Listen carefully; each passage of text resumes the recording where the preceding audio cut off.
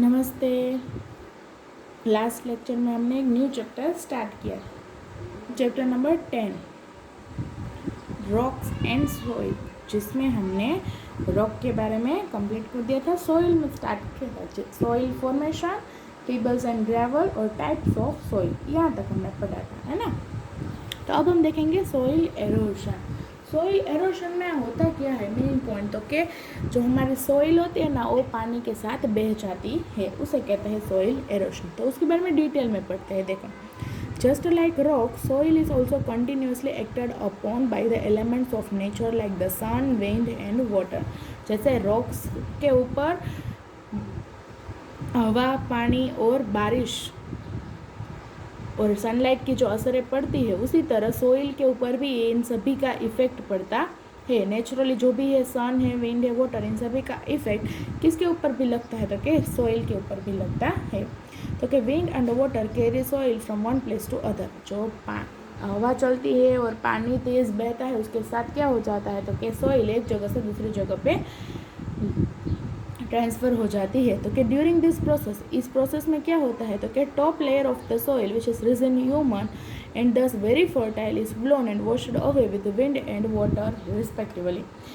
इसमें इस प्रोसेस में क्या होता है कि जो सॉइल का जो ऊपर का टॉप लेयर होता है ना, जिसके अंदर बहुत सारे न्यूट्रिएंट्स और जिसके अंदर हम क्या करते हैं, एग्रीकल्चर फील्ड में उसके ऊपर हम ग्रो करते हैं, प्लांट्स को प्लांटिंग करते हैं, तो उनका जो टॉप लेयर होता है ना, जिसके अंदर न्यूट्रिशन होता है, वो हवा के साथ और पानी के साथ एक जगह उस जगह से बह कर चला जाता है और हवा के साथ उड़ जाता है। तो इसकी वजह से वहाँ का जो न्यूट्रिएंट्स होता है टॉप लेयर, टॉप सॉइल में, वो वहाँ से चला जाता है। तो कि this is called soil erosion. इसी को कहते हैं सॉइल एरोशन, यानी कि सॉइल का धोवाण, यानी कि पानी के साथ वो बहकर चला जाता है। तो thus we can define soil erosion is the removal of fertile topsoil by the action of water and wind। यानी कि हम सिंपली हम soil erosion को हमें बोलना है तो हम क्या बोल सकते हैं, तो कि soil erosion क्या है, तो कि पानी और हवा के साथ soil का जो यानी कि fertile soil जो है, वो पानी और हवा के साथ बह जाती है, वहाँ से रिमूव हो जाती है, जिसे हम कहते हैं soil erosion। Besides winds and water, there are some other factors which are also responsible for the soil erosion of soil। सिर्फ पानी और हवा के साथ वही नहीं, उसके साथ और भी कुछ फैक्टर्स है जो सोइल एरोशन के लिए रिस्पॉन्सिबल है, जवाबदार है।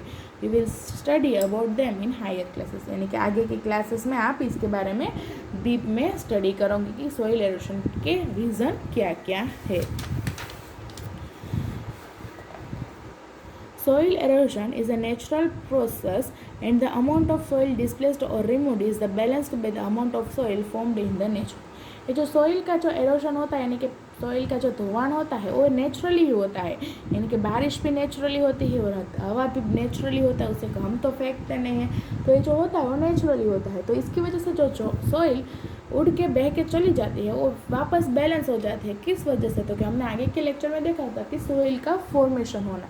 तो जो सोइल एरोशन होता है वो किसके साथ बैलेंस हो जाता है, कि तो सोइल फॉर्मेशन के साथ, यानी कि जितनी सोइल उड़ जाती है उतनी ही सोइल वापस फॉर्म भी हो जाती है।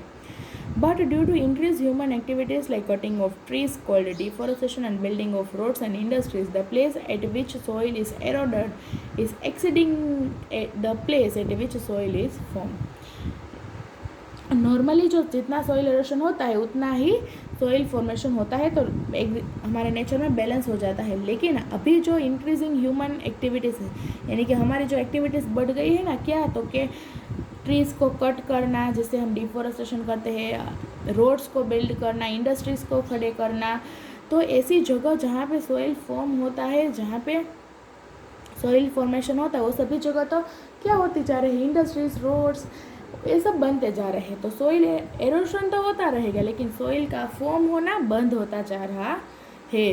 तो कि we need to take some immediate steps to stop this. इसे रोकने के लिए हमें ही कुछ रास्ते अपनाने पड़ेंगे। If we don't, we will be left with very little soil and thus very few plants growing around us. अगर हमने ऐसा नहीं किया तो हमारे पास फिर थोड़ी सी ही सॉइल बच के रह जाएंगी। एक समय ऐसा आएगा जब हमारे पास एकदम सबसे थोड़ी सॉइल रहेगी और उसके अंदर हमारे प्लांट्स भी थोड़े ही हमारे आजू बाजू में रहेंगे। And our needs will not be fulfilled, और हमारी ज़रूरियात पूरी पड़ेगी नहीं। तो इसके लिए हमें ही स्टेप्स उठाने पड़ेंगे। तो क्या करना पड़ेगा, तो कि सोइल का कंजर्वेशन करना पड़ेगा, यानी कि सोइल कंजर्वेशन मतलब बचाना। किस तरह से हम सोइल का कंजर्वेशन कर सकते हैं, तो कि we can conserve soil and check soil erosion by following some simple step, यानी कि नीचे दिए गए कुछ स्टेप्स का हेल्प लेके हम सोइल को कंजर्व कर सकते हैं, जिसमें सबसे पहला है प्लांटिंग ट्रीज। प्लांटिंग ट्रीज में क्या होता है, तो क्या अलग जहाँ पे ट्रीज को हम कट करते जा रहे हैं ना, तो उसी तरह हमें और भी ट्रीज को ग्रो भी करना है, यानी कि अलग अलग प्लांटिंग करनी है, अलग अलग ट्रीज की प्लांटिंग करनी है, जैसे कि यहाँ पे 2 बच्चे कर रहे हैं। देखो, the roots of plant bind soil particles together and prevent them from getting eroded, therefore we must plant more and more trees. Planting trees से हम सॉइल को कैसे बचा सकते हैं, तो कि जो प्लांट्स के जो रूट्स होते हैं ना, वो सॉइल को पकड़ कर रखते हैं, तो इसकी वजह से अगर तेज़ हवा भी चली और पानी भी आया, पानी का फूट, तो भी उसके साथ सॉइल जाएगी नहीं। तो इसके लिए हमें ज़्यादा से ज़्यादा प्लांट ग्रो करने पड़ेंगे। उसके बाद है टेरेस फॉर्मिंग। टेरेस फॉर्मिंग में क्या होता है, तो कि on the hill we can prevent soil erosion by making terrace along the slope, यानी कि हिल सॉइल एरोशन को हम कहाँ प्रिवेंट कर सकते हैं, उसे रोक सकते हैं, कहाँ पे, तो कि हिल्स में। कैसे, तो कि टेरेस अलोंग द स्लोप, यानी कि